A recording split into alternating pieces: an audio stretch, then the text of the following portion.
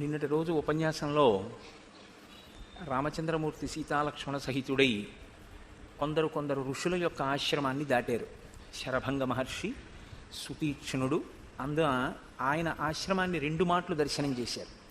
ఒక మాట వెళ్ళి మళ్ళీ 10 సంవత్సరముల తర్వాత మళ్ళీ సుతీక్ష్ణుని యొక్క ఆశ్రమానికి వెళ్ళారు. అలాగే అగస్త్య భ్రాత, ఆయన తక్కువ వారేం కాదు. చాలామంది అగస్త్య భ్రాత అంటే ఏదో తగినంత ప్రాముఖ్యత లేనివారు అని అనుకుంటుంటారు. అలా రామాయణంలో ఎక్కడా ఏం లేదు.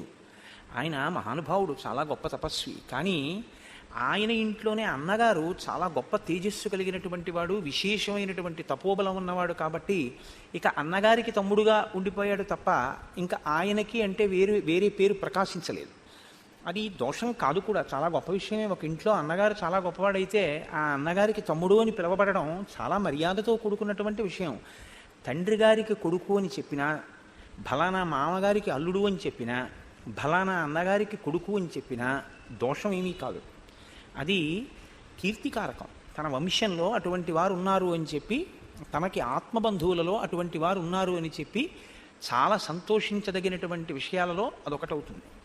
కాబట్టి మీరు జాగ్రత్తగా గమనిస్తే అరణ్యకాండ ప్రారంభం దగ్గర నుంచి కూడా మీకు ఇక రావణ సంహారం వైపుకి ఋషులు అడుగులు వేయించడం మొదలు పెడతారు రాముణ్ణి. అందుకే ఒక్కొక్క ఋషి చెప్పే మాట రాబోయేటటువంటి కథకి సంబంధించినదై ఉంటుంది.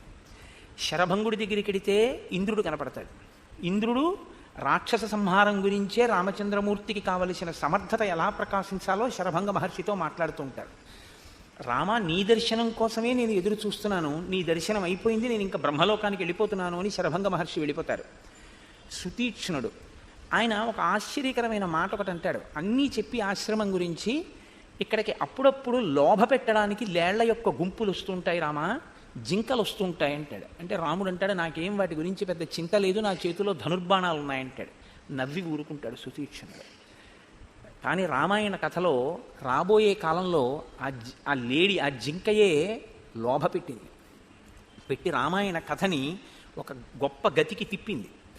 ఋషులు ఒక సర్గలో 2-3 సర్గల్లో ఒక ఘట్టంలో మాట్లాడారు అంటే అరణ్యకాండలో మాట్లాడిన మాటలన్నీ కూడా రామచంద్రమూర్తి యొక్క అవతార ప్రయోజనం వైపుకి అడుగులు వేయిస్తాయి. ఇవన్నీ ఒకెత్తు. అగస్త్య మహర్షి ఇచ్చినటువంటి విష్ణుచాపం ఎక్కడ రామచంద్రమూర్తి ఆశ్రమాన్ని నిర్మాణం చేసుకుని నివసిస్తే అవతార ప్రయోజనం నెరవేరుతుందో అటువంటి ప్రదేశాన్ని పంచవటి నిర్ణయం చేసి చెప్పడం ఒకెత్తు. ఇప్పుడు ఆ పంచవటి ప్రదేశానికి సీతాలక్ష్మణ సహితుడై రాముడు బయలుదేరి వెడుతుంటే ఆయనకి చెట్టు మీద ఒక చాలా పెద్ద శరీరం కలిగినటువంటి పక్షి కనపడింది. అది ఒక పక్షి అంటే పక్షులలో పెద్దదిగా చెప్పబడేటటువంటిది సాధారణంగా గ్రద్ద కాకపోతే ఒక డేగ, రాబందు, అవి తప్ప అంతకన్నా పెద్ద పెద్ద పక్షులు లోకంలో ఎక్కువగా చెట్ల మీద కనపడే ఉండవు. కానీ అసాధారణమైనటువంటి పరిమాణంతో ఉంది ఆ పక్షి. కాబట్టి రాక్షసుడు అనుకున్నాడు ఆయన. రాక్షసుడే పక్షి రూపంలో ఇక్కడ ఉన్నాడు అని, నీవు ఎవరు, ఎందుకు ఇక్కడ ఇలా పక్షి రూపంలో చెట్టు మీద ఉన్నావు అని అడిగాడు. అడిగితే ఆయన అన్నాడు, శతం పితృశకం బుద్ధ్వా పూజయామాస రాఘవ సతస్య కులమవ్యగ్రం అధ పప్రచ్ఛ నామచ. నేను జటాయువు అనబడేటటువంటి పేరున్నవాడిని. నేను మీ తండ్రి గారైనటువంటి దశరథ మహారాజు గారికి స్నేహితుణ్ణి. ఈ మాట చెప్పగానేట రాముడు పూజించి మైత్రిని కలుపుకున్నాడు అన్నారు. శ్రీరామాయణాన్ని మీరు యథాతథంగా చదివితే ఇన్ బిట్వీన్ ది లెటర్స్ అంటుంటారు ఇంగ్లీష్లో. అంటే అక్కడ ఉన్నదేదో అదే మీరు చదివితే మీకు అందులో కొత్తగా ఒక ప్రయోజనం వనగూడుతుంది అని నేనేం భావించను. నేను అందుకే తరచు మీతో ప్రస్తావన చేస్తూ ఉంటా. రామాయణం ఒక ధర్మశాస్త్రం. మనిషి తన జీవితాన్ని మెరుగుపరచుకోవడానికి శ్రీరామాయణంలోంచి ఏ ముత్యాలు ఏరుకోవాలో ఆ ముత్యాలు ఏరుకోవాలి. రాముడు వెంటనే మైత్రి చేయడానికి కారణం ఒక్కటే, నేను మీ తండ్రి గారికి సఖుడను అన్నాడు జటాయు. తండ్రి గారి స్నేహితుడు అన్న మాట వినపడగానే తండ్రిగానే భావించాడు. నా తండ్రి స్నేహితుడంటే నాకు తండ్రి వంటి వాడే. వెంటనే పూజించాడు రాముడు జటాయుని. అది పక్షే కావచ్చు, కానీ వెంటనే పూజ చేశాడు. ఇది ఇవాళ లోకంలో లుప్తమైపోతున్నటువంటి ధర్మం.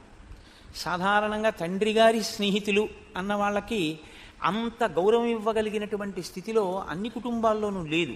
తండ్రి గారంటేనే గౌరవం క్షీణించిపోతుంది. ఇక తండ్రి గారి స్నేహితులంటే వాళ్ళని మనం గౌరవించేది ఏమిటనేటటువంటి స్థితి కాదు. తండ్రి యందు అసలు ఆ గౌరవం ఉంటే తండ్రి గారి స్నేహితుల్ని గౌరవించడం వస్తుంది. రాముడు తండ్రి గారి స్నేహితుల్ని గౌరవించగలిగాడు అంటే ఆయనకి తండ్రి అన్న మాట మీద ఉన్న గౌరవం అటువంటిది. కాబట్టి ఆయన నీ పుట్టుపూర్వోత్తరాలు ఏమిటి, నీ వంశం ఏమిటి, ఎందుకు నువ్వు ఇలా పక్షి రూపంలో ఇక్కడ ఉన్నావు అని అడిగాడు. శ్రీరామాయణం చాలా ఆశ్చర్యకరమైనటువంటి అమృతస్వరూపమైన ఆదికావ్యం. కేవలం నీ పేరేమిటి అంటే నా పేరు జటాయువు అని ఓ మాట చెప్పచ్చు. కానీ ఆ పక్షి రామ నువ్వు సావధానంగా విను, అసలు నేను సృష్టిపూర్వం దగ్గర నుంచి ఎందుకు ఇలా ఇవన్నీ ఉత్పత్తి జరిగాయో నా పేరేమిటో నీకు చెప్తాను అంది.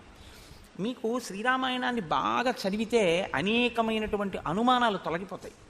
మనకి కావ్యపరంగా సనాతన ధర్మపరంగా ఏ ప్రాణులు ఎలా ఉత్పత్తి జరిగాయో మీకు అర్థమవుతుంది. జరిగితే ఈశ్వరుడు ఎంత గొప్పగా ఈ సృష్టి చేశాడు అన్నదాన్ని మీరు అవగతం చేసుకోవడానికి అదొక మంచి అవకాశం. మొట్టమొదట్లో ఈ సృష్టి యందు చతుర్ముఖ బ్రహ్మగారు కొంతమంది ప్రజాపతుల్ని సృష్టి చేశాడు. వాళ్ళందరూ బ్రహ్మగారి యొక్క మానసపుత్రులు.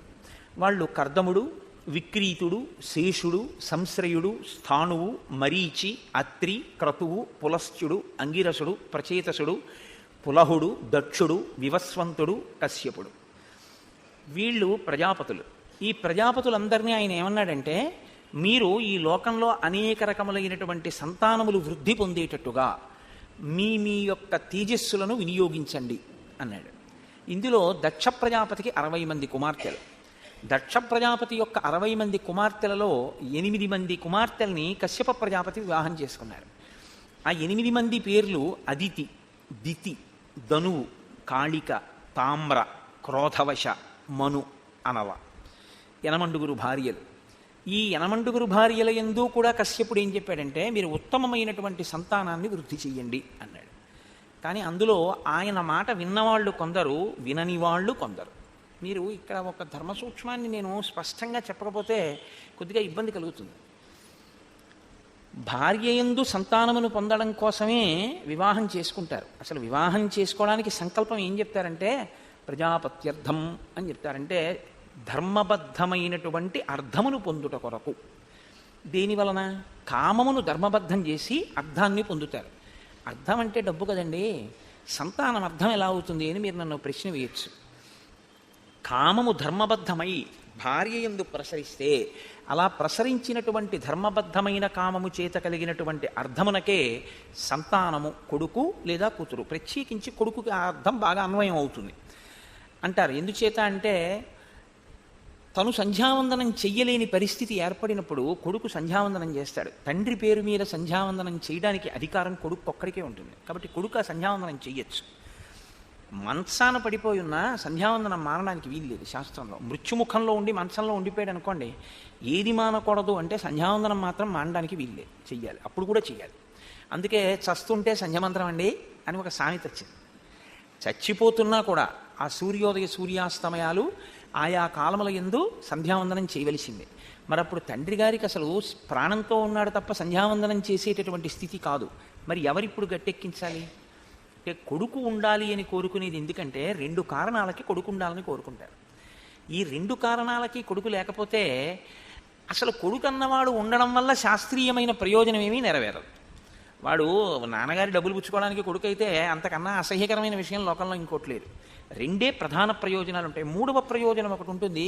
దాన్ని కోరుకోకుండా ఉండడమే మంచిది. ఎవరికి వాడు తరించే ప్రయత్నం చేయాలి కొడుకు మీద ఆధారపడిపోవడం కన్నా. మొదటి 2 ప్రయోజనాలుగా ఏం చెప్పవలసి ఉంటుందంటే, ఒకటి తను సంధ్యావందనం చెయ్యలేని స్థితి కలిగితే, అంటే సంధ్యావందనం చేసేటటువంటి అధికారం ఉన్నవారై ఉన్నప్పుడు కొడుకు తండ్రి పేరు మీద సంధ్యావందనం చెయ్యవలసి ఉంటుంది. అలా చేస్తాడు వాడు అని కొడుకుని కనాలని కోరుకుంటారు. రెండవది దేనికి అంటే, తన ఇంట్లో ఉండేటటువంటి సింహాసనానికి అర్చన ఆగిపోకూడదు. తనతో అర్చన ఆగిపోయింది అనుకోండి, తన తర్వాత ఆ సింహాసనం ఏమవ్వాలి?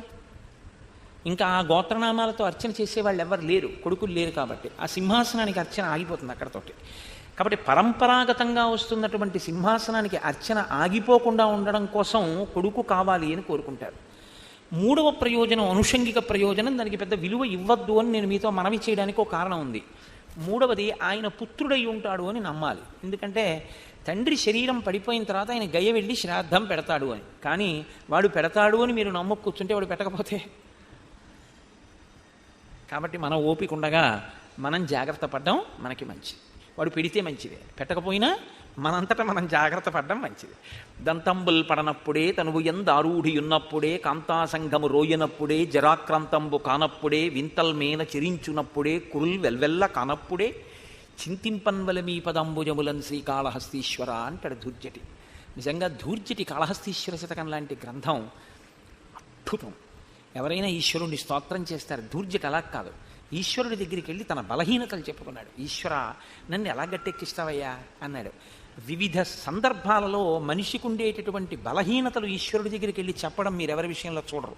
ఈశ్వరుడి దగ్గర కూడా తను చాలా పవిత్రుల్లా నటిస్తాడు అంతే తప్పు చేసి. ధూర్జటి అలా కాదు, ఈశ్వరుడి దగ్గరికి వెళ్ళి తన తప్పు చెప్పుకున్నాడు. ఎంత గొప్పగా చెప్పుకున్నాడంటే, వేశ్యలని యొక్క సుఖాన్ని అనుభవించి అనుభవించి వాళ్ళు గిల్లితే ఈ శరీరం అంతా కాయలు కాసింది ఈశ్వర, అయినా నాకు ఇంకా కామం తీరలేదు, ఈ కామం తీరేటట్టుగా నువ్వు నన్ను అనుగ్రహించవా అన్నాడు.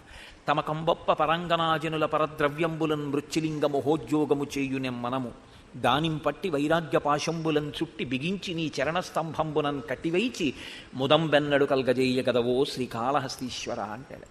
ఏమి పద్యాలో, ఒక్కొక్క పద్యం అమృత భాండం నిజంగా.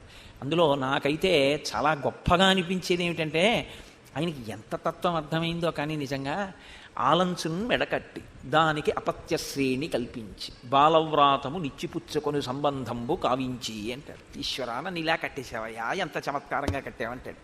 సరే, ఇప్పుడు మళ్ళీ కాళహస్తీశ్వర శతకంలోకి లోపలికి ఎందుకు కానండి. కాబట్టి ఇప్పుడు కొడుకులు ఉండాలి అని కోరుకోవలసినటువంటి అవసరం ఎందుకు కలుగుతుంది అని మీకు నేను చెప్పాను. అయితే ప్రజాపత్యర్థం అని కదా అడుగుతాం, బిడ్డల కొరకు కదా, కామాన్ని ధర్మబద్ధం చేసి అర్థంగా సంతానాన్ని పొందుతాం. ఎందుకంటే వాడు ఇదిగో ఈ ఉద్ధరణ చేస్తాడు అని. కానీ వాడు అలా చేయకపోతే అది వేరు విషయం. కానీ సత్పుత్రుడన్నవాడు కలగడానికి శాస్త్రంలో ఒక మర్యాద ఉంది. ఎట్టి పరిస్థితులలోనూ కూడా సాయంకాలపు అసుర సంధ్య వేళలో భార్యాసంగమం చేయకూడదు, పరమనిషిద్ధం. ఎందుచేతనంటే సాయంకాలపు అసుర సంధ్య వేళలో భార్యాసంగమం చేయడం వల్ల కానీ బిడ్డలు పుడితే వాడు ఆ వంశంలో పైన పరమపుణ్యాత్ములై అశ్వమేధాది యాగములు చేసిన వాళ్ళు కూడా తలకిందులుగా నేల మీద పడిపోయేటంతటి దురాత్ముడవుతాడు. వాడు లోక కంటకుడవుతాడు, లోకాన్నంతటినీ బాధ పెట్టేవాడవుతాడు. శాస్త్రం అలాగే మాట్లాడుతుంది. భాగవతంలో హిరణ్యాక్ష హిరణ్యకశిపులు పుట్టడానికి కారణం ఇదే చెప్తారు కశ్యప ప్రజాపతి దితి విషయంలో. అసుర సంధ్య వేళ సంగమించినటువంటి కారణం చేతనే ఆ విశ్వవసో బ్రహ్మకి, ఆ తర్వాత కైకసికి, వాళ్ళిద్దరికీ కలిపి దారుణమైన సంతానం కలిగారు. కైకసి రాకూడని సమయంలో వచ్చింది విశ్వవసో బ్రహ్మ దగ్గరికి. వచ్చి బొటనవేలిని నేల మీద రాస్తూ నిలబడింది. నిలబడితే ఆయన త్రికాలజ్ఞుడు మహానుభావుడు విశ్వవసో బ్రహ్మ, నువ్వు ఎందుకు వచ్చావని అడిగాడు. నేను కొంత చెప్పగలను, అంతకన్నా ఆడదాన్ని మనసు విప్పి ఏం చెప్పగలను, నీ వలన కుబేరుడు జన్మించాడు, అంతటి తేజోమూర్తులైన బిడ్డల కొరకు నీ వద్దకు వచ్చాను, నీ తేజస్సు చేత నాకు అటువంటి బిడ్డలు కావాలని. ఆయన అన్నాడు, నువ్వు రాకూడని వేళలో వచ్చావు, అందుకే నీకు పుట్టేటటువంటి వాళ్ళు లోకకంటకులైన సంతానమే కలుగుతారు. అందుకని మొదట పుట్టినటువంటి రావణాసురుడు అటువంటి వాడే, రెండవ పర్యాయం పుట్టినటువంటి కుంభకర్ణుడు అటువంటి వాడే, మూడవదిగా జన్మించినటువంటి శూర్పణఖ అటువంటిదే. అప్పటికి వేళ దాటి చీకటి పడింది కాబట్టి నాలుగవ వాడు మాత్రం విభీషణుడు ధర్మాత్ముడు జన్మించాడు. కాబట్టి భార్య అన్నంత మాత్రం చేత ఉత్తమ సంతానం పొందుతుంది అని చెప్పడం కుదరదు. ఎందుకనంటే సంగమ సమయం కూడా చాలా ప్రాధాన్యాన్ని సంతరించుకుంటుంది శాస్త్రంలో. భార్య యందు నిక్షేపించకూడనటువంటి సమయంలో తేజస్సుని నిక్షేపిస్తే వాడు లోకకంటకుడు అయిపోతాడు. ఎందుకంటే అది ఉగ్రవేళ అంటారు. అందులో ఆయన చెప్తాడు కూడా కశ్యప ప్రజాపతి, ఈ ఉగ్రవేళ రమించుట ఒప్పు కాదు అంటాడు. అయినా సరే ఆవిడ విందది వేరు విషయం అనుకోండి. భాగవతంలో హిరణ్యాక్ష హిరణ్యకశిపుడు మొదలైన వారి జనన వృత్తాంతంలో చెప్తారు ఆ విషయాన్ని. కాబట్టి కొందరు భార్యలు విన్నారు ఆయన మాట, కొందరు భార్యలు ఆయన మాట వినలేదు. మరి కశ్యపుడు ఎందుకు పట్టించుకోడు అంటే, కశ్యపుడు బ్రహ్మతేజస్సు కలిగిన వాడు, ఆయన మహానుభావుడు ప్రజాపతి, ఆయన కర్తవ్యాన్ని ఆయన నిర్వహిస్తాడు. చెప్తాడు ఒకసారి, వినలేదనుకోండి మీ కర్మ అనుభవించండి అని చెప్తాడు. కాబట్టి కశ్యప ప్రజాపతి తేజస్సుకే పుడతారు యనమండుగురికి పిల్లలు, కానీ యనమండుగురి పిల్లలు ఒక్కలా ఉండరు. అది కారణం. ఇది మీరు ఈ రహస్యాన్ని పట్టుకోవాలి. శ్రీరామాయణంలో జటాయువు మాట్లాడాడంటే అనవసరంగా మాట్లాడలేదు, అందులో చాలా పెద్ద ధర్మ సూక్ష్మాన్ని బిగించాడు. అందరూ దక్ష ప్రజాపతి కుమార్తెలైన యనమండుగురు కశ్యప ప్రజాపతి భార్యలు, అందరి సంతానము ఒకలాంటి వాళ్ళు కలగలేదు. మొదటి భార్య అదితి. మొదటి భార్య అన్నమాట ఎందుకు వాడాలి? యనమండుగురులో ఒకటి అదితి.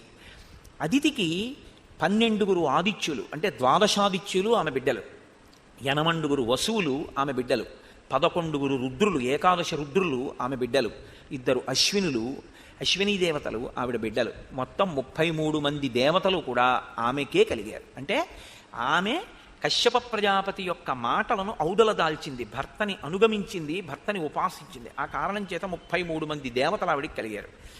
దితికి దైత్యులు జన్మించారు, ధనువుకి హయగ్రీవుడు జన్మించాడు, కాళికకి నరకుడు కాలకుడు అనబడేటటువంటి 2 జన్మించారు, తామ్ర అనబడేటటువంటి ఆవిడికి 5 ఆడపిల్లలు పుట్టారు. క్రౌంచి, భాసి, స్వేని, ధృతరాష్ట్రి, శుకి. క్రోధవశ ఈవిడికి ఆ క్రోధవశ అనబడేటటువంటి తల్లికి 10 మంది కూతుళ్ళు పుట్టారు. మను అనబడేటటువంటి ఆవిడికి మనుష్య జాతి అంతా ఆవిడికే జన్మించారు. అందుకే మనందరం కూడా ఎవరి సంతానం అంటే మనందరం కూడా కశ్యప ప్రజాపతి యొక్క సంతానంలోకి వస్తాం. మనుష్యులందరూ కశ్యప ప్రజాపతి యొక్క భార్య యందు ఉత్పాదింపబడ్డారు. అనలా ఈవిడికి ఫలవృక్షములన్నీ కూడా ఆవిడ యొక్క సంతానంగానే జన్మించాయి.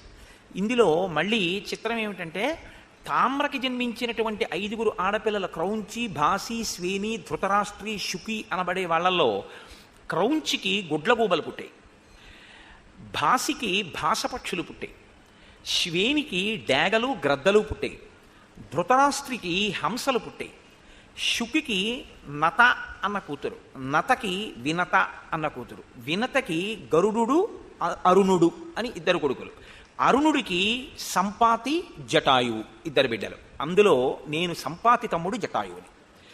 ఇందులో మళ్ళీ చిత్రం ఏమిటంటే ఈ వచ్చినటువంటి వాళ్ళల్లో క్రోధవశ అనబడేటటువంటి ఆవిడికి కశ్యప ప్రజాపతి భార్యలలో క్రోధవశకి 10 మంది కుమార్తెలు జన్మించారు.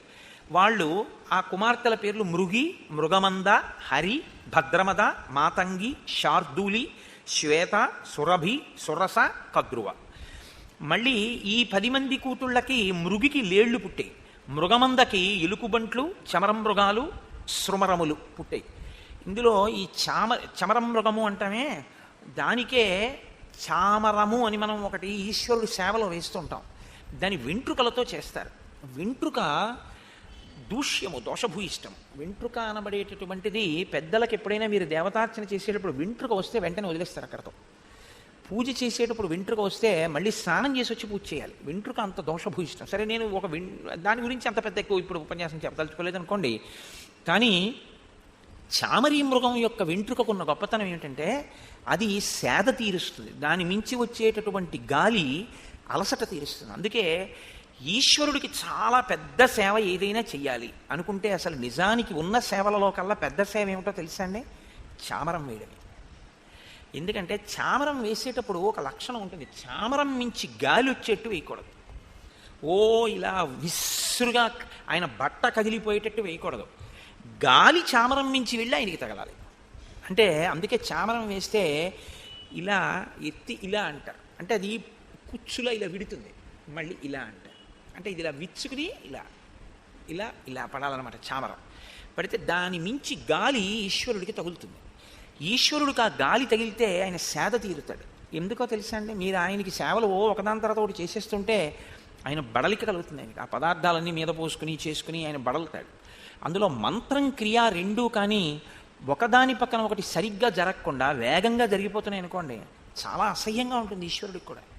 ఎందుకో మీరు ఆవాహయామి హస్తయోహర్గ్యం సమర్పయామి, పాదయోహపాద్యం సమర్పయామి, ఖ్యాచమనీ సమర్పయామి, శుద్ధోదక స్నానం సమర్పయామి, ఆపోహిష్టామి యోహ నీళ్లు జల్లేసి చకచకచక చేసేస్తుంటే ఆయన ఎంత తొందరగా చేయాలి గుర్తుపెట్టి మీరు చూడండి. ఇలా కాళ్ళు పెట్టేసి గౌబా కాళ్ళు కడిగించి ఇలా చేపెట్టి నీళ్లు పెట్టేసి ఇలా తాగేసి గౌబా స్నానం ఒళ్ళు తుడి చేసుకుని ఏం చేసుకుని ఏమిటి ఆయన కర్మ? అసహ్యించుకుంటాడు ఆయన. ఎందుకు ఆ పూజ నువ్వు? అందుకే 3 ఏకం అవ్వాలని చెప్తారు పూజలో. వాక్కు మంత్రము ఆగాలి ఉపచారానికి, క్రియ మీరు చేసేటటువంటి క్రియా మంత్రము రెండూ కలవాలి. వాక్కు మంత్రము వాక్యే మంత్రము, నోటితో పలుకుతాం కాబట్టి మంత్రము, మీరు చేసేటటువంటి ఉపచారము, ఉపచారమునకు అనుగుణంగా పడవలసినటువంటి పదార్థం. ఎలా పడాలో అలా పడాలి పదార్థం. అభిషేకం చేస్తున్నానని చెప్పి ఉద్ధరణి పెట్టి చేయకూడదు. అభిషేకం చేస్తే ధారగానే చేయాలి, అందుకే ధారాపాత్ర పెడతారు. అంతేగాని ఉద్ధరిళ్ళు పట్టుకుని నీళ్లు పోయకూడదు. ఈశ్వరుడికి అభిషేకం జరుగుతుంటే ధార కిందే పోయాలి.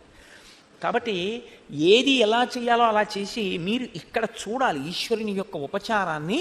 ఇక్కడ చూస్తే మంత్రం ఆగుతుంది. ఇక్కడ మీరు చూడలేదనుకోండి, మంత్రం ఆగలేదు అంటే కారణం ఏమిటంటే వాడికి అసలు లోపల వాడు చూడలేదు అని గుర్తు. వాడు యాంత్రికంగా మంత్రం చెప్తున్నాడని గుర్తు. అంటే అతనికి అసలు ఏమీ దాని మీద శ్రద్ధ లేదు అని గుర్తు. ఏమిటో తెలుసా అండి? ఎక్కడ దొరికిపోతుందో తెలుసా మంత్రం? నైవేద్యం దగ్గర దొరికిపోతుంది. ఎందుకంటే మీరు నైవేద్యం పెట్టారనుకోండి, మధ్యే మధ్యే పానీయం సమర్పయామి అని ఒక మంత్రం ఉంది. మధ్యే మధ్యే పానీయం సమర్పయామి అంటే ఏమిటి అర్థం? మధ్యలో నీళ్లు తాగు అని. స్వామి వెక్కిళ్ళు వస్తాయి, గబగబా తినకండి, కొంచెం మధ్యలో నీళ్లు పుచ్చుకోండి అని. మధ్యలో నీళ్లు పుచ్చుకోండి అని మీరు చెప్తే మీరు ఉద్ధరిడితో నీళ్లు విడిచిపెట్టి ఏం చేయవలసి ఉంటుంది? ఆగాలి. ఎందుకు ఆగాలి? అయిపోలేదు భోజనం. ఆయన మంచినీళ్ళు తాగి మళ్ళీ తింటారు పెరుగు అన్నం. అంటే మీకు ఇక్కడ కనపడాలి ఇంకా ఆయన తింటున్నారు అన్న విషయాన్ని మీరు అనుభవించాలి. అయిపోయింది భోజనం, ఇప్పుడు ఉత్తరాపోసనం సమర్పయామి. ఉత్తరాపోసనం సమర్పయామి తాగాలా? కనీసం ఇలా నోటి దగ్గర పెట్టుకుని 2 గుటకలు వేయడం అన్నా మీకు కనపడాలా? ఆ తాగడం కనపడితే మీరు ధ్యానావస్థ యందు మమీకం చెందుతారు. ఒక బంగారు పాత్రలో మీరు శుద్ధ జలాన్ని ఇస్తే ఈశ్వరుడు ఇలా పట్టుకున్నాడు అనుకోండి, ఆయన వేళ్ల మీద ఉంగరాల మెరుపులు మీకు బంగారు పాత్ర మీద కనపడాలి. ఆయన ఇలా నోట్లో పెట్టుకుంటే ఆయన కింది పిరివి మీకు కనపడాలి. ఎందుకంటే మీరు చూడండి, మీరు ఎప్పుడైనా మీ బిడ్డలకి మంచినీళ్ళు ఇచ్చి చూడండి, ఇలా నోట్లో పెట్టుకు తాగుతుంటే తలెత్తుతారు. ఇలాగా తలెత్తినప్పుడు మీరు చూస్తే కింది పెరివి కనపడుతుంది. తాగేటప్పుడు ఎప్పుడూ కూడా కింది పెరివి తడుస్తూ ఇక్కడ కదలిక కనపడుతుంది గుటకలు పడుతున్నప్పుడు. అది మిమ్మల్ని దర్శనం చేయమని ఆ మంత్రానికి అర్థం. ఉత్తరాపోసనం సమర్పయామి. అప్పుడు ఆయన గ్లాస్ అక్కడ పెట్టేశారు. ఇప్పుడు హస్తవు ప్రక్షాళయామి, చెయ్యి ఎంగిలైంది నీళ్లు తాగితే, నీళ్లు పొయ్యాలి. పాదవు ప్రక్షాళయామి, కాళ్ళ మీద పొయ్యాలి.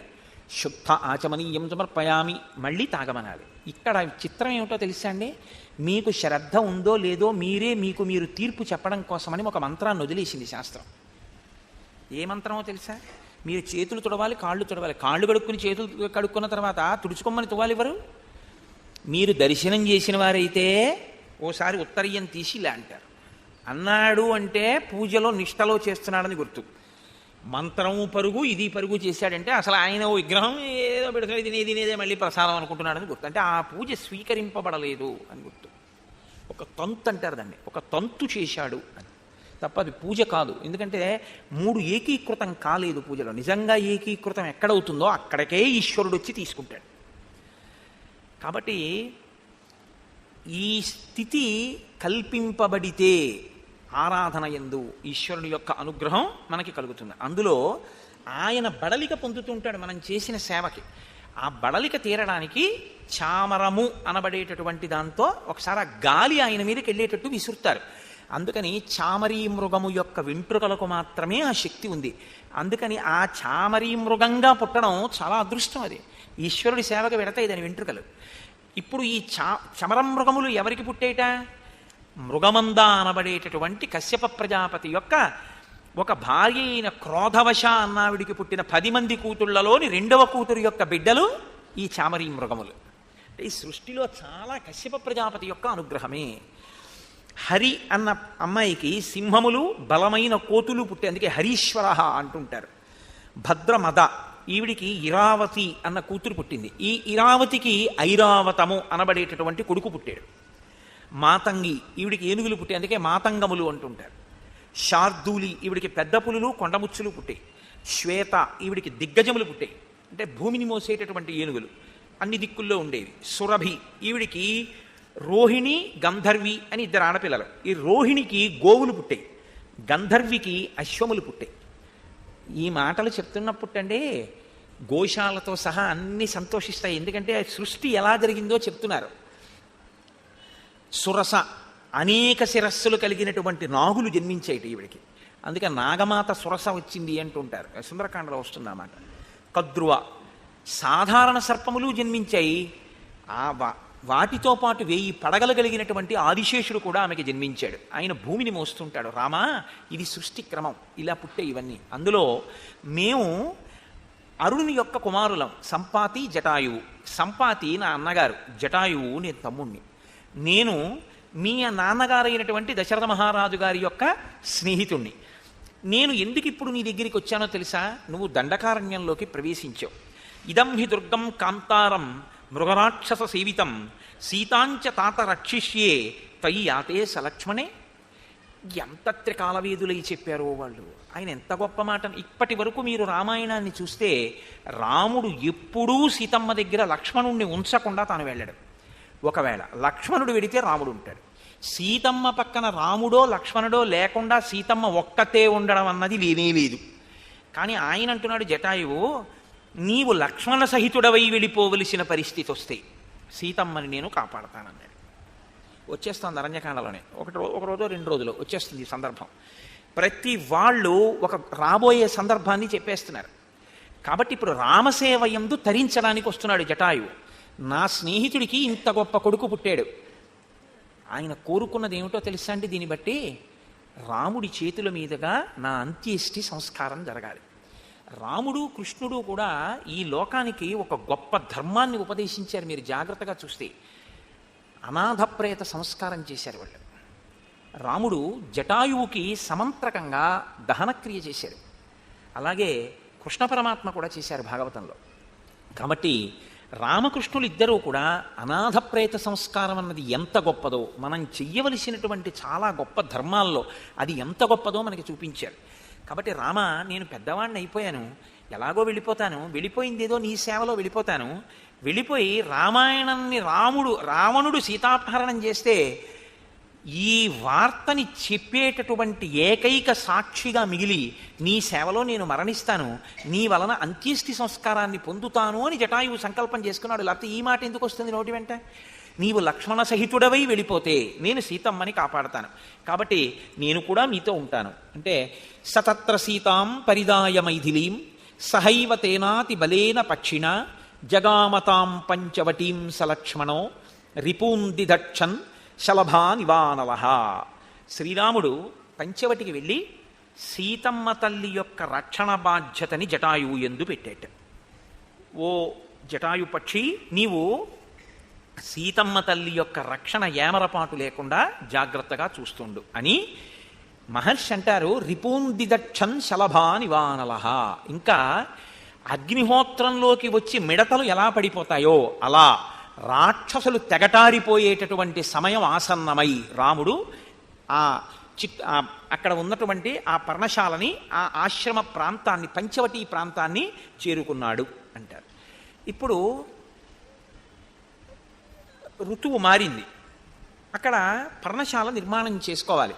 ఆ పర్ణశాల నిర్మాణం చేసుకోవలసినటువంటి పంచవటీ ప్రాంతాన్ని చేరి రాముడు అంటాడు, ఒక ప్రాంతాన్ని చూడగానే అది అసలు నివాసయోగ్యమైనటువంటి ప్రదేశం ఎలా ఉండాలో చెప్తాడు రాముడు.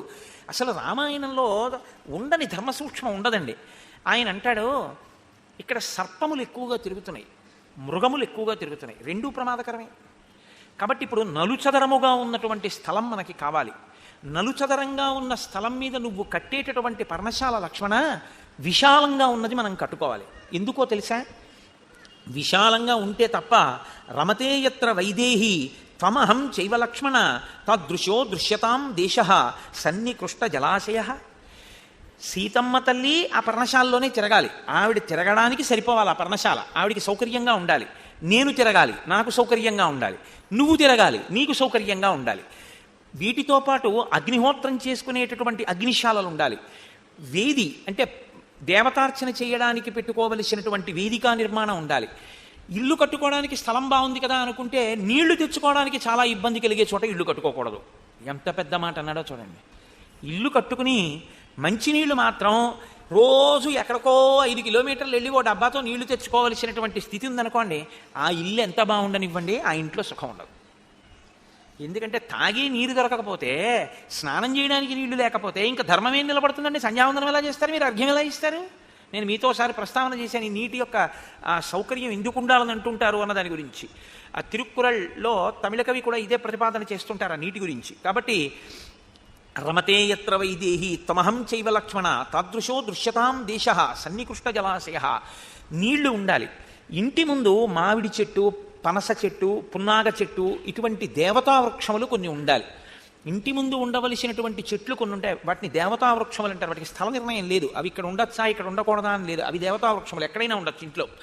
అటువంటి చెట్లు ఉండాలన్నాడు. ఎందుకని? ఓ పుణ్యాహవాచనం చేసుకోవాలనుకోండి, మామిడి కొమ్మ కావాలి. ఇంట్లో ఓ శుభకార్యం అన్నారనుకోండి, ఓ మామిడి మంట కట్టుకోవాలి. ఓ వరలక్ష్మీ వ్రతం అనుకోండి, ఓ మామిడి తోరణం కట్టుకోవాలి.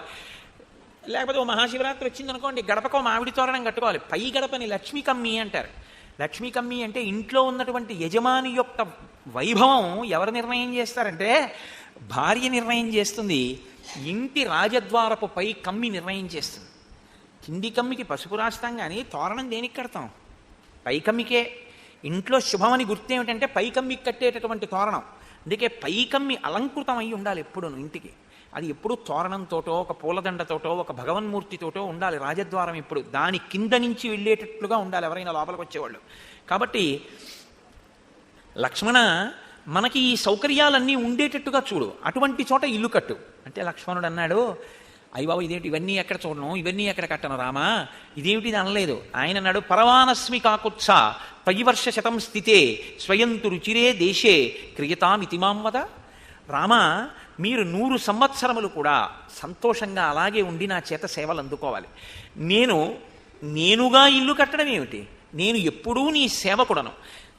నీకు నచ్చిన ప్రదేశాన్ని చూపించి ఇలా కట్టు అని నువ్వు చెప్తే నీ సంకల్పము ఆ ఇల్లుగా వస్తుంది. ఇది నాకైతే అనిపిస్తుంది ఈ శ్లోకం గురించి.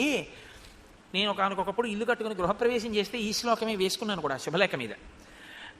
మనం ఇల్లు కట్టుకుంటున్నాం అంటాం. ఈశ్వర, నువ్వు నాకు ఈ స్థలాన్ని చూపించి ఒక ఇల్లు అనేటటువంటిది ఇక్కడ కట్టించి సంకల్పంలో స్వగృహే అని చెప్పుకునేటటువంటి అదృష్టాన్ని నాకు కల్పిస్తున్నావు. కానీ ఈ స్థలము, ఈ ఇల్లు నీవైనవి సేవకుడనైన నా చేత కట్టించి వీడు కట్టాడన్న కీర్తిని నాకు ఇప్పిస్తున్నావు. ఇది ఎంత గొప్ప మాట చూడండి. నిజంగా లక్ష్మణుడి యొక్క భక్తి మీకు అక్కడ కనపడుతుంది. అందుకనే ఆయన లక్ష్మణుడు అయ్యాడు. ఇలా కట్టు గదులు, ఇలా కట్టు పర్ణశాల. వెంటనే ఆయన ఆ గుణపం పట్టుకుని అదంతా గోతులు తీశాడు, వెదురు బొంగులు తీసుకొచ్చాడు, వెదురు బొంగులన్నీ నాటాడు, వెదురు బొంగులు అడ్డంగా కట్టాడు, తాళ్లతో బిగించాడు. దాని మీద పర్ణములు, జమ్మి ఆకులు, ఇలా చల్లగా ఉండేటటువంటి ఆకులన్నీ పెట్టాడు. దాని మీద పెద్ద ఆకులు వేశాడు. గోడలు మట్టితో మెత్తాడు. మట్టితో మెత్తినటువంటి గోడలతోటి చల్లగా ఉండేటట్టుగా ఇల్లు కట్టాడు. ఎందుకంటే భూమిని కాల్చి కట్టుకోవడం అన్నది మనకి సనాతన ధర్మంలో లేదు. భూమిని కాల్చకూడదు, భూమిని కాల్చి ఇటక తయారు చేసి కట్టమని శాస్త్రంలో లేదు. అలా కట్టుకోకూడదు, భూమి పట్ల దోషం అవుతుంది. అందుకే పూర్వం ఇళ్ళన్నీ మట్టితో అలుక్కోవడం, దాని మీద పేడతో అలుక్కోవడం, చక్కగా ముగ్గులు పెట్టుకోవడం అలా ఉండేవి పూర్వం. ఇప్పుడు అసలు చూద్దామన్నా ఎక్కడా కనపట్టలేదు. అంతవరకు ఎందుకు, తపస్సు చేసేవాళ్ళు కూడా అలాంటి ఇళ్లలో ఉండట్లేదు ఇప్పుడు. అటువంటి పర్ణశాల మీకు తపస్సు చేసేవాళ్ళు కూడా ఉంటున్నారా అంటే తపస్సు చేసేవాళ్ళు అలా ఉండేటటువంటి ప్రదేశాలు కూడా కనపడడం తక్కువ. శృంగేరిలో ఒకప్పుడు మహానుభావులు తపస్సు చేయడం కోసమని తుంగానదిని దాటి అవతల వైపుకి వెళ్ళిపోయి అటువంటి పర్ణశాలలు కట్టుకుని అందులో తపస్సు చేశారు. కంచికామకోటి పీఠాధిపతులు చంద్రశేఖరేంద్ర సరస్వతి స్వామి ఎప్పుడు ఎక్కడ ఉన్నా ఇలాగే తాటాకులతోటే ఒక ఆచ్ఛాదన వేయించుకుని మట్టితో ఉన్న ప్రదేశంలోనే ఆయన ఉండి తపస్సు చేసేవారు, మౌనంలో ఉండి. మహాత్ములు ఉన్నారు, లేరని నేను అంటలేదు, ఇప్పటికీ ఉన్నారు. పెద్దలు మహానుభావులు అనుష్ఠించేటటువంటి వారు ఉన్నారు. కాబట్టి ఇప్పుడు ఆ పర్ణశాల నిర్మాణం పూర్తయింది. పూర్తయిన తర్వాత ఆయన పరిగెత్తుకుంటూ గబగబా ఆ గోదావరి నది ఒడ్డుకు వెళ్ళి అక్కడి నుంచి పువ్వులు మొదలైనటువంటివన్నీ పట్టుకొచ్చాడు. సమీకృత తలాం రమ్యాం చకార లఘువిక్రమ నివాసం రాఘవస్యార్థే ప్రేక్షణీయమనుత్తమం. రాఘవుని కొరకు కట్టాడు ఆ ఇల్లు. తను రాఘవుడి సేవ కొరకు అక్కడ ఉన్నాడు. ఆ ఇల్లు తన కొరకు కాదు. పూర్తి చేసి సగత్వా లక్ష్మణ శ్రీమాన్ నదీం గోదావరీం తదా స్నాత్వా పద్మాని చాదాయ సఫల పునరాగత. గోదావరిలో స్నానం చేసి పువ్వులు మొదలైనవన్నీ పట్టుకొచ్చి వాస్తు పూజ చేస్తాడు. మొన్న అన్నాడుగా, ఎవరైతే చిరకాలము ఉండాలనుకుంటున్నారో, ఆయురారోగ్యములు కలగాలి అనుకుంటున్నారో అటువంటి వారు వాస్తు పూజ చెయ్యకుండా గృహప్రవేశం చెయ్యకూడదు. కాబట్టి వాస్తు పూజ చేస్తాను అంటే అలా చేస్తే చిరజీవిన అన్నాడు కదా అయోధ్యకాండలో, చాలా కాలం బ్రతికుంటారా ఇంట్లోకి వెళ్ళిన వాళ్ళని. కాబట్టి తత పుష్పబలిం కృత్వా శాంతించ యథావిధి దర్శయామాస రామాయ తదాశ్రమ పదం కృతం. అక్కడ రాముడు ఆ లక్ష్మణుడు తీసుకొచ్చినటువంటి గోదావరి జలాలతోటి పుష్పాలతోటి ఫలాలతోటి శాంతి కార్యాన్ని పూర్తి చేసి వాస్తు పూజ పూర్తి చేసి చక్కగా రాముడు సీతాసహితుడై ఆ పర్ణశాలలో ప్రవేశించి సంతోషంగా ఉంటూ లోపలికి వెళ్ళగానే లక్ష్మణుణ్ణి పిలిచి ఒక మాట అన్నాడు. భావజ్ఞేన కృతజ్ఞేన ధర్మజ్ఞేన చ లక్ష్మణ త్వయా పుత్రేణ ధర్మాత్మా న సంవృత్త పితామమ. లక్ష్మణ, నాకు తండ్రి మరణించలేదో, నీ రూపంలో నాకు తండ్రి ఉన్నాడు అన్నాడు. తండ్రి కొడుకు గురించి ఆలోచించేది ఎప్పుడు ఎలా ఉంటుందంటే, నా కొడుక్కో ఇల్లు ఉండాలి, నా కొడుకు వృద్ధిలోకి రావాలి, నా కొడుకు ఒక మంచి అనురూపయ్యి అనువర్తించేటటువంటి ఒక భార్య ఉండాలి, నా కొడుకు వృద్ధిలోకి రావాలి, వాడి ద్రవ్యం వాడు బాగా ఉంచుకోవాలి, నేను వాడికి ఇంకా ఏమి ఇవ్వగలను, నేను వాడికి ఏం ఉపకారం చేయగలను. తండ్రి ఆలోచన అలా ఉంటుంది. కొడుక్కి ఏవి కల్పించగలను సుఖస్థానములను చూస్తూ ఉంటాడు. నేను నీకేం చేశాను పెద్ద కొడుకుని? అన్నగారు తండ్రి లేకపోతే అన్నగారు, అన్నగారే తండ్రి. నేనేం చేశాను లక్ష్మణ నీకు? నేను చేసింది ఏమీ లేదు. నువ్వో 14 ఏళ్ళు వదిన కట్టుకోవడానికి కావలసినటువంటి బట్టలు నగలు కూడా కావిళ్లలో వేసుకుని మోసుకురావడమే కాకుండా, నేను ఇలా ఇల్లుంటే బాగుంటుంది అంటే నువ్వు ఒక్కడవే ఇంత గొప్ప పర్ణశాల నిర్మించావు. కాబట్టి భావజ్ఞేన, నేను ఒక్క మాట చెప్తే నా భావం ఇరిగి చేస్తావు. ఇది ఇలా ఇలా ఉండాలి, ఇది ఇలా ఉండాలి, రేపు ఇలా క్రతువు జరగాలి అంటే మా గోపాలకృష్ణ గారు తెల్లవారేటప్పటికి అలా చేసేస్తారు అయ్యప్ప స్వాముల్లో. భావజ్ఞేన, భావం ఇరిగి చేయడం. కృతజ్ఞేన, కార్యం తెలిసి చేయడం. మీరు ఇది బాగా పట్టుకోవాలి. భావం తెలిసి చేయడం వేరు, కార్యం తెలిసి చేయడం వేరు. కార్యం తెలిసి చేయడం, భావం తెలిసి చేయడం అన్న మాటలు రెండింటికి అర్థం ఏమిటో తెలుసా అండి? మాకు ఒక ఆఫీసర్ గారు ఉండేవారు, ఆయన చమత్కారమైన మాట అనేవాడు, you break the rule and justify it అనేవాడు. Don't say you have committed this wrong because you have to follow the rule. If necessary you break the rule and justify it, I'm here to ratify it అనేవాడు. ఎంత పెద్ద మాట అనిపించేది నాకు. రామాయణ హృదయం అది. Rule అలా ఉంది కదండి, అందుకని నేనేం చేయలేకపోయాను, ఇలాగే చేశానని చెప్పకు. సంస్థకి లాభం కల్పించడం కోసం రూల్ని బద్దలగొట్టి అవసరమైతే నువ్వు ఆ నియమాన్ని అతిక్రమించి సంస్థకి నువ్వు ఉపకారం చేయి, నువ్వు చేసిన పనిని ఆమోదించాను అని రాయడానికి నేనున్నాననేవాడు. భావజ్ఞేన కృతజ్ఞేన, నా భావం తెలిసి చేయడం. నేను ఇక్కడ పెట్టండి అన్నాను అనుకోండి, ఏదో ఇక్కడ పెడితే గురువుగారు ఇలా అన్నారు కానీ ఇక్కడ పెడితే ఇబ్బంది వస్తుంది, కాబట్టి గురువుగారు ఇక్కడ పెట్టడం కన్నా ఇక్కడ పెడితే బాగుంటుందేమో, ఇలా పెడదామా గురువుగారు, మీరు ఆలోచించండి అని గురువుగారు నొచ్చుకోకుండా అందంగా అడగగలిగినటువంటి ప్రజ్ఞ. భావజ్ఞేన కృతజ్ఞేన ధర్మజ్ఞేన. ఎందుకు అలా చేయాలి అంటే ధర్మం ఆయన అనువర్తించడం, ఆయన చెప్పిన పని చేయడమే తను ధరించడానికి కారణం. ధర్మజ్ఞేన చ లక్ష్మణ, లక్ష్మణ నువ్వు ఇటువంటి వాడివో, ఎంత అదృష్టం నాకు నీలాంటి వాడు తమ్ముడవడం. త్వయా పుత్రేణ ధర్మాత్మ న సంవృత్త పితామమ. నాకు తండ్రి లేడనెవరన్నారు? నాకు తండ్రి లేకపోవడం లేదు, నీకు లేడేమో తండ్రి, నేను నీకు అలా ఏమీ చేసి పెట్టట్లేదేమో, కానీ తండ్రి ఉంటే కొడుక్కి ఎలా చేస్తాడో అలా నువ్వు నాకు చేస్తున్నావు లక్ష్మణ. కాబట్టి ఎంత గొప్పవాడవో. ఈ మాట చాలదండి, ఇది లక్ష్మణుడి యొక్క లక్ష్మి. ఇది ఒక గురువుని అనువర్తించేటటువంటి శిష్యుడు ఇవి నేర్చుకోవాలి. ఈ శ్లోకం ప్రాణప్రదమైన శ్లోకం. అరణ్యకాండలో మనుష్యుడు చాలా గట్టిగా పట్టుకుని తన జీవితాన్ని దిద్దుకోవడం ఎలాగా అన్నదానికి ఈ 3 మాటలు బాగా నేర్చుకోవాలి. భావజ్ఞేన కృతజ్ఞేన ధర్మజ్ఞేన. ఇది చేస్తున్నాను కాబట్టి నాకు ఈ కీర్తి రావాలి. గురువుగారు చెప్పిన మాట ఆయన చేస్తుంటాడు, లేకపోతే నేను ఇన్ని చేశాను కాబట్టి నాకు ఇదేదో ఈ కీర్తికారకం కావాలి, నా మొహం కనపడాలి, నేనే 10 మందిలోకి తెలుస్తుండాలి. అది కాదు. ఎందుకు చేశావు? గురువుగారు చెప్పారు కాబట్టి చెయ్యకుండా ఉండలేక చేసావు. అది నీ ధర్మం కాబట్టి. కాఫీ ఎందుకు తాగావు? తాగకుండా ఉండలేక తాగావు. పేపర్ ఎందుకు చదివావు? చదవకుండా ఉండలేక చదివావు. పేపర్ అంతా చదివి దిక్కుమాల పేపర్ ఏమీ న్యూస్ లేదని అసలు పారేసావు. మరి ఎందుకు చదివావు? అంటే చదవకుండా ఉండలేక చదివావు. కాఫీ తాగి ఏమిటోనండి ఈ అలవాట్లోంచి బయటపడలేకపోతున్నానంటావు. మరి కాఫీ ఎందుకు తాగావు? తాగకుండా ఉండలేక తాగావు. మరి గురువు గారికి ఎందుకు సేవ చేస్తున్నావు? ఫోటోలో పడ్డానికి కాదు, పేపర్లో పడ్డానికి కాదు, గురువు గారిని అనువర్తించకుండా ఉండలేక అనువర్తించాలి. ఇది ఉండవలసిన ధర్మం. ఇలా ఉండాలి భగవంతుడి దగ్గర, గురువు దగ్గర. ఇలా ఉన్నవాడెవడో వాడిది ధర్మం, అంతే తప్ప దానికి టౌకేసుకోవడం కోసం అని చెప్పి చేసేటటువంటిది ఎప్పుడూ కూడా అది పెద్ద విశేషం కాదు. అసలు అలాంటి దానికి సన్మానాలు సత్కారాలు చేయించుకోవడం అనేటటువంటిది చాలా దారుణమైనటువంటి విషయం. ఈయన వాళ్ళ అమ్మగారిని బాగా చూస్తున్నారండి అందుకని సన్మానం చేస్తున్నాం అంటే ఎవడైనా ఒప్పుకున్నాడు అనుకోండి, అంతకన్నా దారుణం ఇంకోటి ఉండదు. అమ్మగారిని బాగా చూస్తే సత్కారం ఏంటండి? అది నా ధర్మం అండి, దానికి నాకు సత్కారం ఏంటండి అనగలగాలి. అంతేగాని అమ్మగారిని బాగా చూసిన వాళ్ళకి సత్కారం చేస్తామన్నారు అనుకోండి, మన పేరు ఇవ్వకూడదు గబుక్కుని. అది అంటే నేను ఒక ఉదాహరణ చెప్తే మీరు పట్టుకోగలుగుతారని ఒక తేలిక ఉదాహరణ చెప్పాను. లోకంలో ఇలాంటివి కూడా ఉన్నాయి. మీరు ఎందుకు చెప్పారు ఈ ఉదాహరణ అనుకుంటారేమో. నేను పేరు చెప్తే బాగుండదని చెప్పట్లేదు. ఇలాంటి వాళ్ళు కూడా, ఇలాంటి సమాజాలు కూడా కొన్ని ఉన్నాయి తెలుసా అండి. నాకు ఫోన్లు వస్తుంటాయి, నేను చాలా ఆశ్చర్యపోతుంటాను. వీళ్ళు రామాయణం ఎప్పుడు చదువుతారా అనుకుంటుంటాను నేను. కాబట్టి ఇప్పుడు వాళ్ళు సంతోషంగా ఆ పంచవటిలో నిర్మించుకున్న ఆశ్రమంలో ఉన్నారు. ఉన్న తర్వాత హేమంత ఋతువు ప్రవేశించింది. మార్గశీర్షము, పుష్యము, హేమంత ఋతువు, విశేషంగా మంచు కురుస్తుంది. ఋతువుని వర్ణించడం చాలామంది కవులు చేశారు. ఋతువుల్ని వర్ణించినటువంటి కవులు లేరు లోకంలో.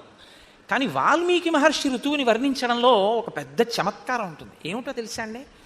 ఆయన కేవలం ఋతువుని వర్ణించారు. ఆ ఋతువుని రాముడి కళ్ళల్లోంచి వర్ణిస్తారు. ఆ ఋతువులో రాముడు ఎలా ఉన్నాడన్న దాన్ని వర్ణిస్తారు. అప్పుడు మీకు ఏమవుతుందో తెలుసా? ఆ ఋతువులో రాముడు దర్శనం అవుతాడు. ఇది బాగా మీకు పట్టుకుంటే మీ మనసుకి మీకుండే లక్షణం ఏమిటో తెలుసా అండి? నేను ఇది ఒకసారి అనుభవించాను. మీరు అలాంటి ఋతువుల్లో ఎప్పుడైనా ఈ నదీ స్నానానికో వెళ్ళారనుకోండి, మీకు వెంటనే రామాయణం జ్ఞాపకానికి వస్తుంది. నేను ఈ మధ్య భద్రాచలంలో ఉపన్యాసాలు చెప్పడానికి వెళ్తే గోదావరి స్నానానికి వెళితే నాకు ఈ ఋతువర్ణంలో శ్లోకాలే జ్ఞాపకానికి వచ్చాయి. నేను ఎందుకు అన్నానో ఈ మాట మీకు ఇప్పుడు బాగా అర్థమవుతుంది, మీరు అవధరించెదరుగాక. ఆయన అంటారు మహర్షి, ఆ హేమంత ఋతువులో నీహార పరుషోలోక పృథివీ సస్యశాలిని జలాన్యనుపభోగ్యాని సుభగో హవ్యవాహన. ఆ హేమంత ఋతువు అంటే విశేషంగా మంచు పడుతూ ఉంటుంది, చలి. కాబట్టి నీహార పరుషో లోక, అందరి యొక్క శరీరములు బిరుసెక్కి ఉన్నాయిట. అంటే ఇలా ముడుచుకుని కూర్చోవడానికే ఇష్టపడతారు. ఎవరి ఒళ్ళు పట్టేసిందండి చలిగాలికి అంటారు. మీరు చూడండి, ఒళ్ళు పట్టేసింది అంటారు. ఒళ్ళు పట్టేయడం ఏంటి అంటే ఎక్కడివక్కడ పట్టుకుంటాయి అనమాట, బిర్ర బిగుస్తుంది శరీరం చలిగాలికి. కాబట్టి నీహార పరుషో లోక. పృథివీ సస్యశాలిని, భూమి మంచి పంట పండి ఉంటుంది ఆ సమయంలో. జలాన్యనుపభోగ్యాని, నీరు ఎవ్వరూ ఎక్కువ ఉపయోగించరు. ఎక్కువ మంచినీళ్ళు తాగేవాడు ఉండడు. వేడిగా ఏదైనా ఉంటే ఇద్దరు అంటాడు, ఫ్రిడ్జ్లో నీళ్ళు ఇస్తారా అని ఎవరు అడగరు. ఎక్కువ నీళ్లు తాగేవాడు ఎవడో ఉండడు. కాబట్టి జలాన్యనుపభోగ్యాని, నీటి వాడకం తగ్గిపోతుంది. శుభగో హవ్యవాహన, హవ్యవాహనుడు అంటే అగ్నిహోత్రం. అగ్నిహోత్రం అందరికీ చాలా ప్రీతిపాత్రంగా ఉంటుంది. అందుకే కదండి చలిమంటలు కూడా వేసుకుని దాని దగ్గరికి వెళ్ళి నిలబడతారు అందరూ. ఎక్కడైనా వెచ్చగా ఉందనుకోండి, అప్పుడు వంట చేయడానికి అందరూ ఇష్టపడతారు. ఎప్పుడు వంట చేయని వాడు కూడా ఇవాళ ఉండవా నేను చేస్తాను కాసేపు పప్పు నేను వండుతానంటాడు. ఎందుకంటే కాసేపు ఆ స్టవ్ వేడి తగులుతుందని. భార్య మీద ముచ్చట, భార్య మీద ప్రీతి ఏం కాదు వాడికి. కాబట్టి ఉంటే మంచిదే, నేనేం కాదంటలేదు. కాబట్టి నిహార పురుషో లోక పృథివీ సస్యశాలిని జలాన్యనుపభోగ్యాని సుభగో హవ్యవాహన. నవాగ్రయణ పూజాభి అభ్యర్చ్య పితృదేవతా కృతాగ్రయణ కాలే సంతో విగత కల్మషాః. ఇది నవాగ్రయణ పూజ అని ఒక పూజ ఉంటుంది. అగ్నిహోత్రం, నిత్యాగ్నిహోత్రం చేసేటటువంటి వాళ్ళు కొత్తగా పంట పండి ఇంటికి వస్తే ఆ పంటని తిన్నగా తాము వండుకు తినకూడదు. మనకి సనాతన ధర్మంలో ఇదో గొప్ప విషయం. మామిడి పళ్ళు వచ్చాయనుకోండి, ఎవ్వరూ ముందు తినేయరు. మామిడి పండును పట్టుకెళ్ళి గుళ్ళో అన్న ఇస్తారు, మామిడి పండు పట్టుకెళ్ళి పితృదేవతల్ని తలుచుకుని బ్రాహ్మణులకు ఇస్తారు. ఇచ్చి తర్వాత తాను తింటాడు. ఏదైనా ముందు ఒకరికి పెట్టి తాను తినడం అనేటటువంటిది సనాతన ధర్మంలో ఒక మంచి అలవాటు. తప్ప తనే తినేద్దామని తినేయడం అలా ఏం ఉండదు. వాళ్ళు ఏం చేసినా ప్రసాదంగానే తింటారు సనాతన ధర్మంలో. కాబట్టి కొత్తగా వచ్చినటువంటి ధాన్యాన్ని ఇంటికి తీసుకొచ్చి మొదట వండి పితృదేవతారాధనం చేసిన తరువాత తినేటటువంటి అలవాటు ఉండడాన్ని నవాగ్రయణ పూజ అంటారు. అగ్నిహోత్రం, నిత్యాగ్నిహోత్రం చేసేవాళ్ళు అటువంటి పూజ చేసి తర్వాత విగత కల్మషాః, ఏ కల్మషము లేకుండా, ఏ దోషము లేకుండా అప్పుడు ఆ వచ్చినటువంటి పంటని వారు తినడం మొదలుపెట్టారట. ప్రాజ్యకామా జనపదాః, జనపదాలంటే పల్లెటూళ్ళు. పల్లెటూళ్ళన్నీ కోరికలు తీరి ఉన్నాయట. ఎందుకని? పంట చేతికి వస్తుంది ఆ కాలంలో. ఆ గడ్డంతా తీసుకొచ్చి చక్క పెద్ద పెద్ద మేట్లు వేస్తారు. పశువులు సంతోషంగా అవన్నీ తింటూ ఉంటాయి. పెద్ద పెద్ద ఈ జనుము, పచ్చి జనపకట్ట దొరుకుతుంది. ఆ జనపకట్టలు తెచ్చి గడ్డివాము లోపల పెట్టి ఆ చేతులతో పట్టుకుని పిల్లలతో గట్టిగా లాగండి అంటారు. ఆ జనపకట్ట ఊడొస్తుంది. వస్తే ఆ జనపకట్ట ఆవులకి దూడలకి వేస్తే అది ఎంతో ప్రీతిగా పచ్చతనం ఉన్నటువంటి జనపకట్ట తింటుంది. అసలు ఈ తరంలో ఉన్న పిల్లలు చాలామంది అసలు గడ్డివాము లోపల ఉండే జనపకట్టని లాగడం అన్న ప్రక్రియ చూసి ఉండరేమో అని నేను అనుకుంటున్నాను. నువ్వు ఎప్పుడైనా చూసావమ్మా? అసలు అది ఇప్పుడున్న పిల్లలకు అసలు తెలియదు అనుకుంటున్నాను. ఆ జనపకట్ట పైకి లాగుతున్నప్పుడు గడ్డివాములోంచి అక్కడే ఉన్న ఆవులు దూడలోకి పొందేటటువంటి సంతోషం, ఆ జనపకట్ట లాగిన తర్వాత చేత్తో పట్టుకుంటే అవి పలుపు బాగా కుత్తుకకి బిగుసుకునేటట్టుగా ఇలా దగ్గరికి వచ్చి మోరలెత్తి తొందరపడిపోయి ఎప్పుడు పెడతావని చూసే ఆ చూపు పసుపచ్చ పూలతో ఉంటుంది ఆ జనపకట్ట. దాన్ని తీసుకెళ్ళి ఆ నూగు ఒంటికి తగిలితే దురద పెడుతుంది కూడా. అది తీసుకెళ్ళి ఆ గడ్డి మీద వేస్తే సంతోషంగా ఆవు ఆ పుల్లల్ని ఇలా విరిగేటట్టుగా నోట్లోకి నవ్వులతో తింటుంటే, ఆ నోటి వెంట నొరగలు కారుతుంటే అది ఎంత సంతోషంగా చూస్తుందో ఆ జనపకట్ట వేసిన వాళ్ళ వంక. కాబట్టి ప్రాజ్యకామా జనపదాహ, పల్లెటూళ్ళు అంటే ఉట్టి ఊళ్ళని కాదు.